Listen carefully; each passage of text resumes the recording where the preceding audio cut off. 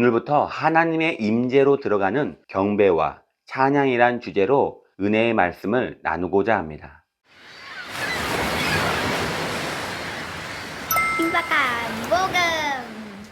네 번째로 어떻게 찬양해야 할까요? 우리가 언제든지 어디서든지 하나님을 찬양해야 한다는 말은 어느 장소에서나 하나님을 찬양해야 한다는 말입니다. 그래서 시편 149편 5절은 집에 누워있을 때에도 하나님을 찬양해야 한다고 말합니다. 시편 113편 3절은 해 돋는 데서부터 해 지는 데까지 야훼의 이름이 찬양을 받으시리로다. 해는 동쪽에 떠서 서쪽으로 지기 때문에 동쪽에서 서쪽에 이르는 전 지역에서 하나님의 이름을 찬양해야 한다는 말입니다. 이처럼 우리는 언제 어디서나 하나님을 찬양해야 하지만 그 중에서도 성경은 어떻게 하나님을 찬양해야 하는지 말해줍니다. 첫째로 하나님은 우리가 많은 무리가 모인 회중 가운데서 찬양 받으시기를 기뻐하십니다. 많은 시편 구절들이 이 사실을 말해주고 있습니다. 시편 22편 22절에 내가 주의 이름을 형제에게 선포하고 회중에서 주를 찬송하리이다. 시편 26편 12절에 내 발이 평탄한 데 섰사오니 무리 가운데서 야훼를 송축하리이다. 시편 35편 18절을 보면 내가 대회 중에서 주께 감사하며 많은 백성 중에서 주를 찬송하리이다. 우리가 회중 가운데서 하나님을 찬양할 때 우리에게 많은 유익이 있습니다. 그리고 분명한 것은 하나님께서 회중 경배의 통일성과 다양성을 모두 좋아하신다는 사실입니다. 찬양의 통일성은 하나님의 백성들이 똑같은 멜로디와 똑같은 가사와 동시에 하나님을 찬양하는 것이고, 우리가 찬양할 때 함께 일어서고 함께 앉고 함께 손을 들고 함께 손뼉 치고 함께 말하고 함께 노래합니다. 다양성은 회중 찬양 속에서 한 사람 한 사람이 찬양의 다양한 표현을 말하는 것입니다. 출애굽기 30장의 성막의 지성소, 분향단에서 사용되는 향료의 종류가 나옵니다. 분향단에서 피우는 향은 소각, 나함, 풍자향으로 만들었는데, 소합은 나무의 진으로, 나함향은 홍해의 조개에서, 풍자향은 지중해 고무나무에서 채취한 것입니다.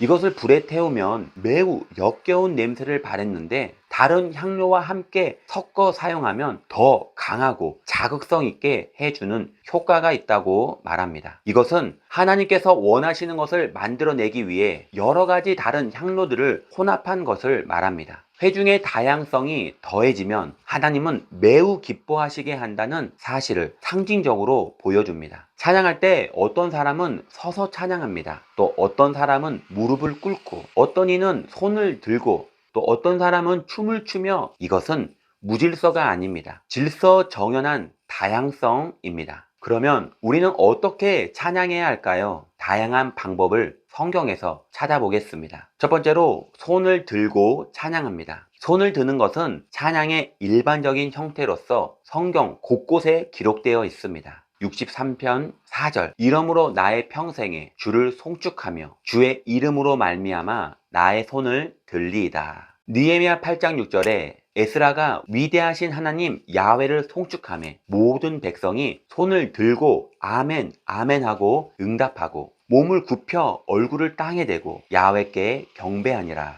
에스라가 광대하신 하나님을 찬송할 때 모든 백성은 손을 들고 아멘 아멘 하며 응답하였습니다. 하나님은 왜 성경 곳곳에서 자신을 향하여 손을 들라고 말씀하실까요? 손을 드는 것은 주님께 감사의 표현하는 성서적인 방법이며, 시편 63편 4절에 성소에서 하나님을 경배하는 가장 적당한 행위이고 적극적인 자세이며, 시편 134편 2절에 하나님께 경배드린다는 상징적인 표현이며, 시편 141편 2절에 영적인 갈급함과 하나님에 대한 항복을 의미합니다. 시편 143편 6절에 보면 나는 하나님께 항복한다는 표현이고 하나님은 승리하셨다는 표현입니다. 두 번째로 손뼉을 치며 찬양합니다. 성경에서는 오직 한 구절에서 직접적으로 손뼉 치며 찬양하는 모습을 말하고 있습니다. 시편 47절 1절에 너희 만민들아 손바닥을 치고 즐거운 소리로 하나님께 외칠지어다. 손뼉을 치는 것은 상대방이 잘했거나 찬사를 받을 만한 가치가 있다고 생각할 때 하는 행동입니다. 우리가 하나님께 손뼉을 치며 찬양하는 것은 하나님은 너무나 위대하신 분이시기 때문입니다. 나무들도 손뼉을 치며 찬양합니다. 이사야 55장 12절에 보면 산들과 언덕들이 너희 앞에서 노래를 바라고 들의 모든 나무가 손뼉을 칠 것이며, 시편 98편 8절에 보면 물들도 손뼉을 치며 찬양합니다. 야훼 앞에서 큰 물들은 박수할지어다. 히브리인들의 찬양을 보면 손뼉을 치는 것은 박자를 맞추려는 의도가 아닙니다. 손뼉을 치는 행위는 하나님께 즐거운 소리를 만드는 또 하나의 형태입니다. 우리 심령이 하나님 찬양하는 일로 뜨거워져 있다면 지극히 손뼉을 치는 것 같은 크고 즐거운 형태로 찬양을 드리려고 할 것입니다. 세 번째로, 악기를 연주하며 찬양합니다. 구약시대는 하나님을 찬양할 때 악기를 연주했다는 구절들이 가득 차 있습니다. 하나님은 우리의 찬양을 돕기 위해 악기 사용을 허락하셨습니다. 악기를 연주하는 것 그 자체가 경배인 것입니다. 시편 150편 3절에서 5절에 보면 나팔과 비파와 수금과 수고와 현악과 퉁소와 큰 소리 나는 재금과 높은 소리 나는 재금으로 하나님을 찬양하라고 말합니다. 역대상 23장 5절에 보면 다윗은 4,000명의 악단이 하나님을 찬양하게 했습니다. 이러한 악기들보다 가장 위대한 악기가 있습니다. 바로 우리 몸입니다. 최고의 찬양을 위한 최고의 악기도 바로 우리 몸입니다. 그러므로 찬양할 때 입을 열고 소리를 내어 찬양하십시오. 네 번째로, 일어서서 찬양해야 합니다. 서 있다는 것은 영적으로 깨어 있다는 것과 높은 사람 앞에서 경의를 표하는 자세입니다. 구약의 성막에서는 제사장들은 자신들의 일을 완수할 때까지 하나님 앞에 계속 서서 있어야 했습니다.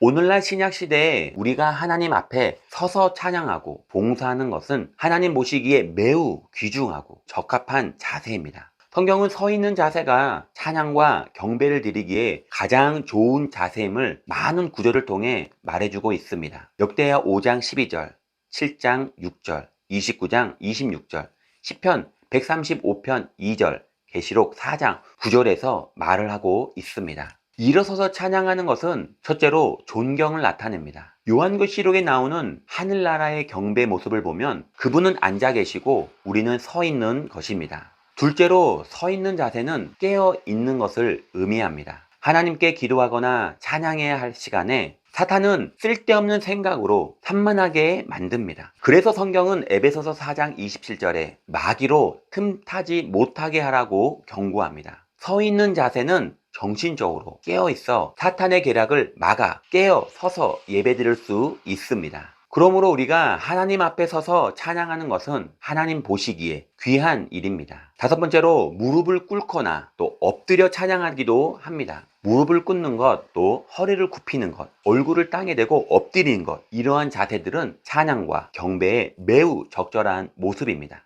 시편 95편 6절에 오라 우리가 굽혀 경배하며 우리를 지으신 야훼 앞에 무릎을 꿇자. 요한계시록 19장 4절에 또 24장로와 네 생물이 엎드려 보좌에 앉으신 하나님께 경배하며, 요한계시록 전체에 나타난 하늘에서의 분명한 경배의 모습은 엎드려 절하는 것입니다. 이것은 최고의 경의를 표하는 것입니다. 여섯 번째로, 발로 춤추며 찬양합니다. 역대상 13장 8절에 보면 다윗과 이스라엘 온 무리는 하나님 앞에서 힘을 다하여 뛰놀며 노래하며 수금과 비파와 수고와 재금과 나팔로 연주하니라. 다윗과 온 무리가 하나님 앞에서 힘을 다하여 뛰놀며 노래했다고 말합니다. 다윗이 큰 죄를 짓고 실수도 했지만 하나님께서 다윗을 좋아하시고 또 사랑하시는 이유가 바로 다윗이 온 마음과 온 몸을 다하여 하나님을 찬양하는 자였기 때문입니다. 찬양이 되기 위해서는 표현해야 합니다.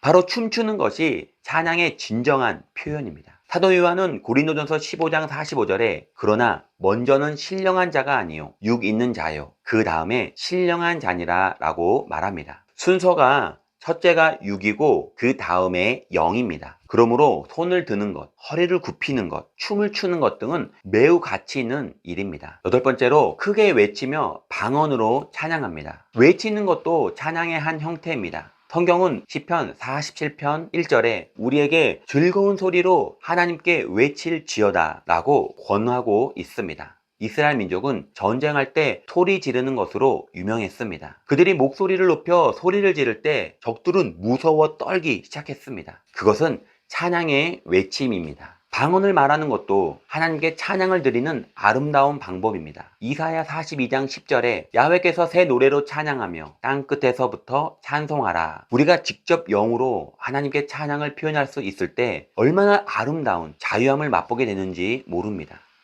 결론입니다. 찬양이 찬양되기 위해서는 표현되어야 합니다. 즉 찬양은 말로 표현되거나 아니면 발랄한 몸동작으로 표현될 수 있습니다. 우리 속에 있는 모든 자유함으로 하나님을 찬양하고 높여드리기를 예수님의 이름으로 축원드립니다.